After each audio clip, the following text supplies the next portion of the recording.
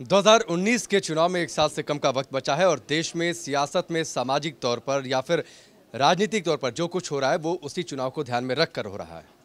मुख्यमंत्री योगी आदित्यनाथ अयोध्या पहुंच चुके हैं, संत सम्मेलन में हिस्सा लेंगे, लेकिन ये सिर्फ देखने के लिए होगा। अंदर खाने में बातचीत होगी राम मंदिर को लेकर। रामविलास वेदांती का बयान आया है कि 2019 से पहले राम मंदिर बनना शुरू हो जाएगा।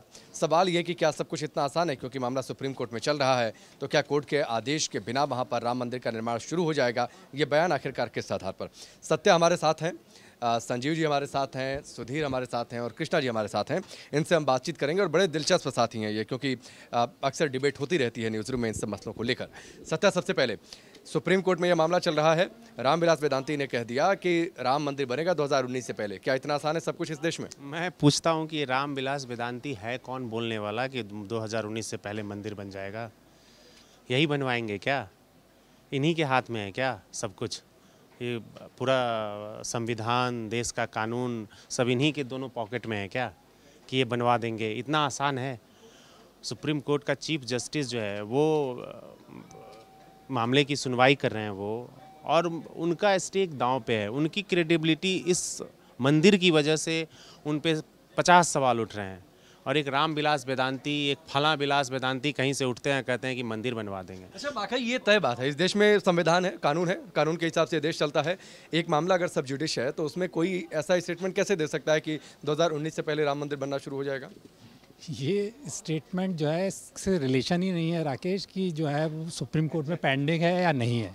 ये केवल एक हिंदू जो छवि है बीजेपी की, उसको ये दोबारा लेके आना चाह रहे हैं। आपको मैं कुछ इंसिडेंट्स बताता हूँ। देखिए, रामविलास वेदांती का जो ये वाला बयान है कि जो है हम 2019 से पहले मंदिर बनाएंगे, ये भी उसी पर्सपेक्टिव में है। अब आप देखिए कि जो अभी पासपोर्ट वाला मामला हुआ था कुछ दिन पहले, उसमें भी बाद में आरएसएस खुल कर आ गई थी, एकदम सामने आ गई थी कि, और वो उसने कहा कि नहीं, उस पासपोर्ट वाले आदमी को जो है आपको रीइंस्टेट करना चाहिए, उसको आप ट्रांसफ़र नहीं कर सकते हैं, तमाम सारी चीज़ें, और सोशल मीडिया पे ट्रोल होने लगा। इसलिए ये सब एकदम प्री प्लान तरीके से हो रहा है। ही लगा इन लोगों को पासपोर्ट वाले मामले पे कि ये मामला दांव उल्टा पड़ गया, वैसे ही इन लोगों ने तुरंत से वो आ गए, तुली जो हैं वो आरएसएस वाले, उन्होंने ट्वीट कर दिया और उसके बाद ट्रोल होने लगा। आज अभी हमारे मित्र दिखा रहे थे अभी ट्विटर पे कि वो सुषमा स्वराज जी को किसी ने मरियम बना दिया है, उनके एक हाथ में चांद तारा थमा दिया है, और मतलब अजीब स्थिति है। क्या सवाल है कि इस देश में 2019 में अब मुद्दों की बात नहीं होगी?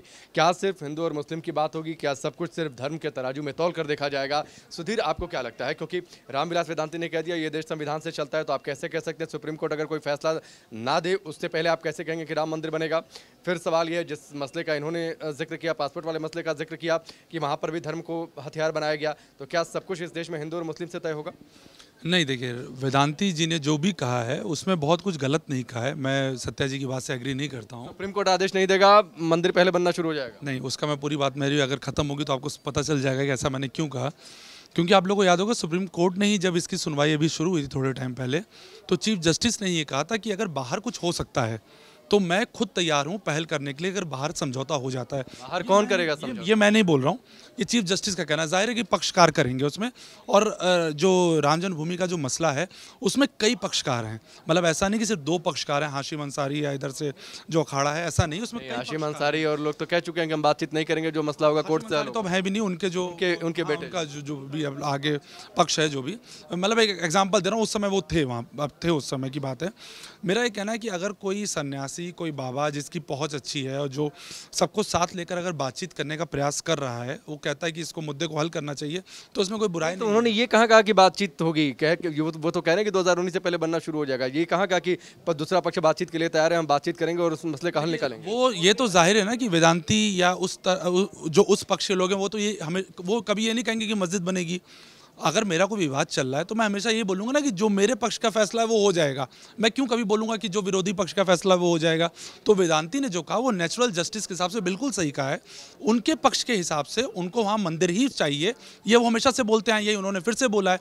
उन्होंने ये तो नहीं ना कहा कि हम फिर कार सेवा करेंगे, हम लाखों लोग इकट्ठा करने वाले हैं, सरकार सुन ले। तो ये भी तो कह सकते थे ना कि हम सुप्रीम कोर्ट के आदेश का वेट करेंगे, सुप्रीम कोर्ट का आदेश आ जाएगा 2019 से पहले, तब हम वो तो सीधे करें कि राम मंदिर जैसे बनाना उनके हाथ में है, देश का संविधान गया बाढ़ में, सुप्रीम कोर्ट की कोई परवाह नहीं, हम बनवाना शुरू कर देंगे? नहीं, ऐसा उन्होंने नहीं कहा। उन्होंने ये बात नहीं कही कि सुप्रीम कोर्ट की कोई परवाह नहीं, हम बनवाना शुरू कर देंगे। उन्होंने प्रेशर पॉलिटिक्स है भैया, आपने वोट लेकर उन मुद्दों पे कभी सरकार बनाई है तो प्रेशर पॉलिटिक्स है, वो अपना प्रेशर डाल रहे हैं और वो उनको लगता है कि प्रेशर डालने से कहीं ना कहीं सरकार जो है झुकेगी या दोनों पक्ष खुल के सामने आएंगे और बातचीत होगी, तो इसमें कुछ भी बुरा नहीं। जी को मैं डिबेट में लाऊं। कृष्णा जी, आपको लगता है कि प्रेशर पॉलिटिक्स से इस तरीके की चीजें हल होंगी या फिर जो कुछ हो रहा है वो सिर्फ धर्म के तराजू में सब कुछ तौल कर हो रहा है 2019 के लिहाज से?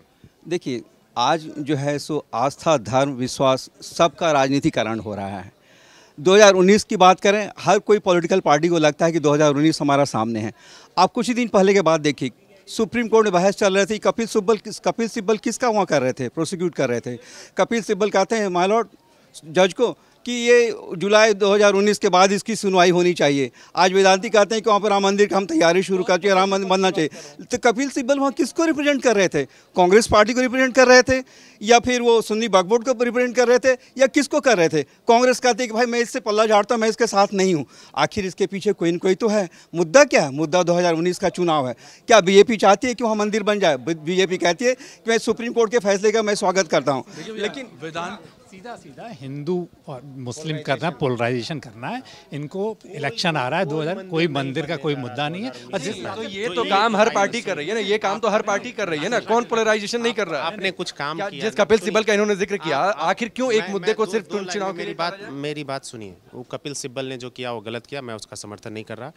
लेकिन आपने पिछले 4 सालों में कुछ भी ऐसा डिलीवर नहीं किया जो आप लोगों को दिखा सकें।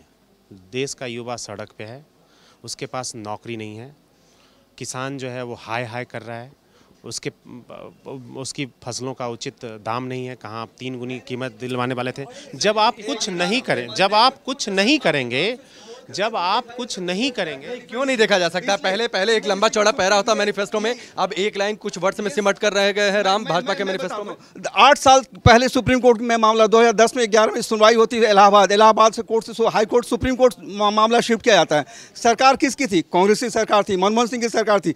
चाहती तो क्रेडिबिलिटी लेने के लिए सरकार जल्द से जल्द सुनवाई करवाती, अपने पक्ष में ले लेती, लेकिन इनका नहीं। इनका एकमात्र भाजपा के मैनिफेस्टो में पहले बाकायदा एक पैराग्राफ होता था, अब सिर्फ एक लाइन और कुछ शब्दों में श्री राम सिमट कर रह गए हैं। कुछ शब्दों में सिमट कर नहीं, शब्दों में सिमट के नहीं, हमेशा ही कहते हैं कि मैं सुप्रीम कोर्ट के फैसले का स्वागत करता हूँ। इनका कभी ये नहीं कि मैं मंदिर नहीं बनाऊंगा। सुप्रीम कोर्ट का फैसला भाजपा के हिसाब से आएगा? भाजपा के हिसाब से नहीं आएगा। हरीश साल्वे भी वहाँ पर रिप्रेजेंट कर रहे हैं। राकेश जी, क्या जो ये बोला गया अभी थोड़ी देर 2019 ही क्यों ये क्यों कहता है कि 2019 का ये जो अभी विश्वास है कि नहीं है लोगों का?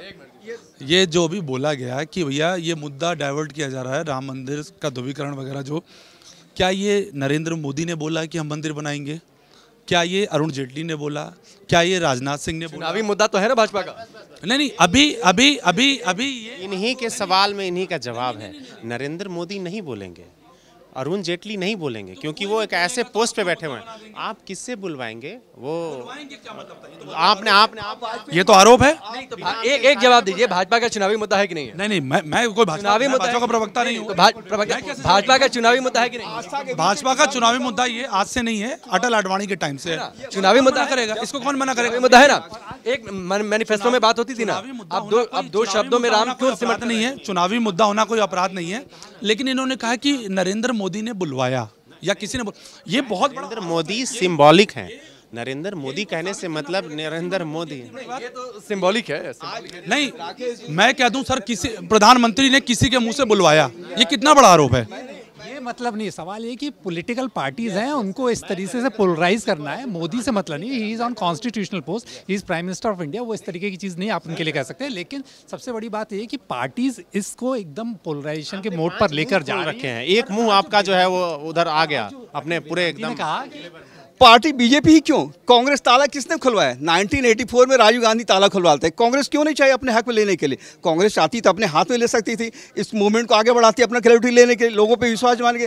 लेकिन बीजेपी ही क्यों? क्योंकि कांग्रेस के पास बहुत सारे इश्यूज थे, क्योंकि हमारे एक वोट बैंक जो है वो खिसक जाएगा अगर हम इसके साथ जाएंगे। क्योंकि साहवानो केस में भी पासपोर्ट वाला जो मुद्दा है ना, ये राम मंदिर का जो मुद्दा है ना, हर जगह अब बीजेपी के पास क्या कहेगी लोगों के बीच जाके।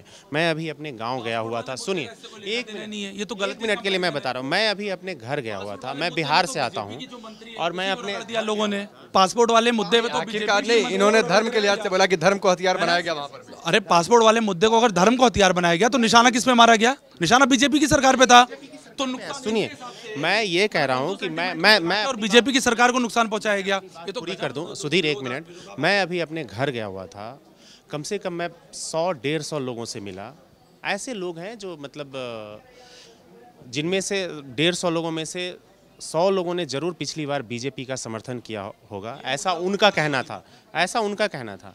लेकिन वो सारे लोग फूंके बैठे हुए हैं। फूंके बैठे हुए से मेरा तात्पर्य है कि वो एकदम गुस्से में हैं। उनको समझ में ही नहीं आ रहा कि सरकार ने ये मुद्दा भटकाने वाली बात है, ये बहस हमारा वाली बात है। इम्पोर्टेंट चीज आखिरी कंक्लूजन, सबसे इम्पोर्टेंट चीज़ ये कि जैसे वेदांती ने आज कहा कि 1528 में बाबर के पास कोई कोर्ट का आदेश नहीं था, उसने तोड़ दिया। यानी आप उस पुराने लेवल पे जाके एकदम पोलराइज करना चाह रहे हैं। नहीं, एक मैं बोल रहा हूं, जो इन्होंने बात बोली सत्या जी ने, आखिरी बात मैं एक बोलना चाहता हूँ। देखिए, इन्होंने दोनों बातें अपने हिसाब से चिट भी चुन ली, पट भी चुन ली। अगर पासपोर्ट विवाद की वजह से, मतलब ये किसी पॉलिटिकल पार्टी की नहीं, अगर पासपोर्ट विवाद की वजह से बीजेपी को गाली पड़ी तब भी गलती बीजेपी की है, पूरी बात। और आखिरी बात आप खत्म करूंगा मैं, पासपोर्ट विवाद की वजह से, पासपोर्ट विवाद की वजह से बीजेपी को गाली नहीं पड़ रही है, एक मिनिस्टर को गाली पड़ रही है। मिनिस्टर ने मतलब अपने स्वविवेक का इस्तेमाल किया, भले ही जल्दी में किया, मैं उसको उचित नहीं मानता। जिस तरह से विकास मिश्रा को वहाँ हटाया गया वो बिल्कुल तो बुला लिया, हाँ फिर से बुला लिया गया।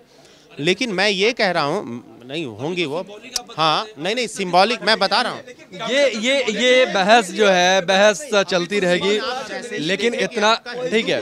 सुनिए, जैसे ही आपने देखा कि आपका जो बेस वोटर है वही उससे अनवायड हो रहा है, तो आपने एकदम से तुरंत मतलब संग कूद गया उसमें।